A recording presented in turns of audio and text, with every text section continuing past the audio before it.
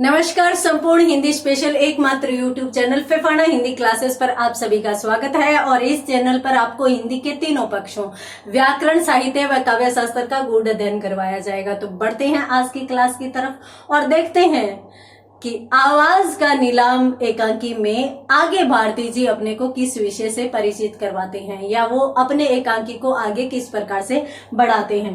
तो देखते हैं अपन किसको पढ़ रहे थे। अपन धर्मवीर भारती को पढ़ रहे थे और धर्मवीर भारती जी द्वारा रचित कौन से एकांकी का अध्ययन अपन कर रहे थे। पिछली क्लास में अपनों ने शुरू किया था इनके द्वारा रचित एकांकी, और एकांकी कौन सा? आवाज का नीलाम। देखिए पिछली क्लास में अपनों ने देखा कि एकांकी की शुरुआत जो होती है वो स्वतंत्रता के बाद के समय की है। और कहां से एकांकी प्रारंभ करते हैं तो ये अपनों ने देखा था कि दिवाकर जो कि एक पत्रकार है, जो आवाज के संपादक है, आवाज इनके अखबार का नाम है, तो आवाज के जो संपादक है दिवाकर जी, उनके पास या उनके कमरे से ही एकांकी का प्रारंभ होता है। इनके कमरे से एकांकी का प्रारंभ होता है। ये बैठे हैं उसी दौरान फोन आता है। फोन किसका आता है? बाजोरिया जी का आता है। और इनके मकान की या इनके कमरे के सौंदर्य की यदि अपन बात करें तो पिछली क्लास में अपनों ने देखा था कि पूरा का पूरा सामान अस्त व्यस्त पड़ा है। कहीं कैलेंडर टंगे हुए हैं, कहीं एक फाइल भी है। एक फाइल है जो वहां पर दीवार में जो छोटी छोटी अलमारियां बनती है ना, इस प्रकार की कोई अलमारी है और उसमें एक फाइल भी रखी हुई है। ये बैठे थे और बैठे बैठे एक फोन आता है। फोन किसका आता है? दिवाकर जी का, बाजोरिया जी का आता है। और बाजोरिया जी जब फोन करते हैं तो वो यूं कहते हैं कि मैं 5 मिनट में आपके पास आ रहा हूं। वो पहले दिवाकर की पत्नी का हाल पूछते हैं और पत्नी का हाल जैसे पूछते हैं तो अपने को ये वहां पर पता चलता है कि भाई दिवाकर की पत्नी की तबीयत खराब है और उनका आज सुबह ही ऑपरेशन हुआ है। जब दिवाकर वहां से हॉस्पिटल से घर आए थे उस समय उनको नींद आई हुई थी। बाजोरिया जी इनकी पत्नी के हालात पूछते हैं और फिर यूं कहते हैं कि मैं 5 मिनट में आ रहा हूं। जैसे ही फोन रख देते हैं तब दिवाकर जी फोन की तरफ देखते हुए और यूं कहते हैं, बेईमान, कितना बड़ा बेईमान आदमी है। मैं जानता हूं ये कितना खराब आदमी है। पहले किसी ने मेरे हालात नहीं पूछे। 10 साल हो गए, 10 साल हो गए मुझे इस पत्र को निकालते हुए, इस अखबार को निकालते हुए। मैंने मेरी हड्डियों को बेच दिया, मैंने मेरे घर को बेच दिया, मैंने मेरा पूरा का पूरा कारोबार, घर, परिवार, सब का सब इस पर दांव लगा दिया या इस पर दांव पर लगा दिया। मेरी छोटी सी बच्ची, फूल सी बच्ची, जिसको मैंने महत्व नहीं दिया। अरे मैंने मेरी पत्नी शीला तक की बातें नहीं सुनी। मेरी पत्नी शीला भी सूख कर कांटा होगी, परंतु मैं इसी के पीछे लगा रहा। अनेक लोगों से लड़ना पड़ा, सेठों से लड़ना पड़ा, सरकार से लड़ना पड़ा, अनेक जगह पर जाकर आंदोलन करने पड़े, हड़ताल करनी पड़ी इस पत्र को निकालने के लिए। न जाने मैंने कितनी मुश्किलें देखी, परंतु जिस समय मैं बहुत बड़ी मुश्किलों में था तब इनमें से किसी भी व्यक्ति ने मेरे हालचाल नहीं पूछे। और आज जब मैं इस अखबार को बेचने जा रहा हूं तब ये सब के सब 3 बार फोन करके पूछते हैं। कितना स्वार्थी है जमाना, कितने स्वार्थी है लोग। आज दिवाकर जी जो है वो अपने अखबार को बेचना चाह रहे हैं। क्यों बेचना चाह रहे हैं? क्योंकि देखकर यूं लगता है कि ये मजबूरी वश अपने अखबार को बेचना चाह रहे हैं, इनका मन नहीं है। क्योंकि जब दिवाकर बाजोरिया जी का ये फोन रखते हैं तब ये उस फाइल को उठाते हैं और जैसे अपन बच्चे को गोद में लेते हैं ना, वैसे गोद में लिए हुए और इधर उधर घूमते हैं और घूमते घूमते यूं कहते हैं, बस मात्र 5 से 10 मिनट, मात्र 5 से 10 मिनट, और 5 से 10 मिनट के अंदर अंदर तुम किसी और के हो जाओगे। तुम बिक जाओगे, तुम्हें कोई और खरीद लेगा, मैं दस्तखत कर दूंगा। यानी वो जो फाइल है वो किसकी फाइल है? आवाज के कागजात जो है उनकी फाइल है। तो इसलिए वो उनको हृदय से लगाए हुए हैं। इसका मतलब दिवाकर है वो बेचना तो नहीं चाह रहे, परंतु मजबूरी वश वो बेच रहे हैं। तो इसलिए वो सोच रहे हैं, बाजोरिया के बारे में भी सोच रहे हैं कि देखो किस प्रकार के लोग हैं, किस प्रकार के स्वार्थी लोग हैं। मैंने मेरी पत्नी की दवाई लाने के पैसों से, और मैंने एक वो टाइप खरीदा था। टाइप का मतलब हुआ कि जैसे टाइपिंग करते हैं ना अपन, कि मैंने मेरी पत्नी की दवाई लाने के पैसों से और इसके लिए काम किया था। मैंने मेरी पत्नी की दवाई को बाद में और पहले इसका विस्तार समझा था, इसके बारे में सोचा था। मैं सोचता था कि ये मेरी आवाज बनेगा, ये अखबार मेरी आवाज बनेगा, मेरे हृदय की आवाज बनेगा, आम जनता की आवाज बनेगा, भूखी नंगी जनता की आवाज बनेगा, ये सत्य की आवाज बनेगा। और इसलिए मैंने ये पत्र निकालना शुरू किया था। 10 वर्ष की मेरी ये कड़ी मेहनत, और आज मैं बेचना चाह रहा हूं। और फिर वहीं यूं बैठ जाता है, और बैठते बैठते और यूं सोचता है अपने आप ही, जिस प्रकार से नीलामी होती है ना, उस प्रकार की स्वयं ही आवाजें करने लगता है। नीलामी की आवाजें, आवाजा का नीलाम, आवाजा अपने अखबार के लिए कहता है, आवाजा का नीलाम।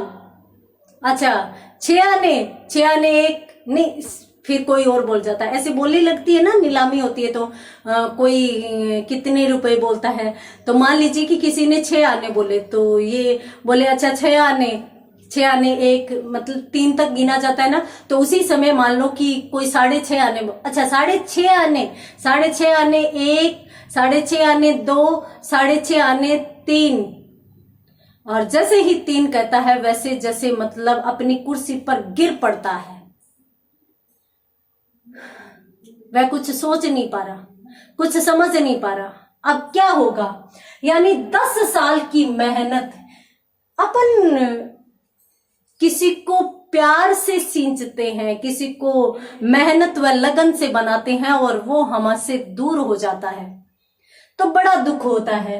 कुछ इसी प्रकार का दुख आज दिवाकर जी को हो रहा है, क्योंकि दिवाकर जी के सपने हैं आवाज के साथ। दिवाकर जी आवाज को मात्र अखबार नहीं सोचते या अखबार नहीं समझते, वो उनके सपने जुड़े हुए हैं, इनकी भावनाएं जुड़ी हुई है इसके साथ।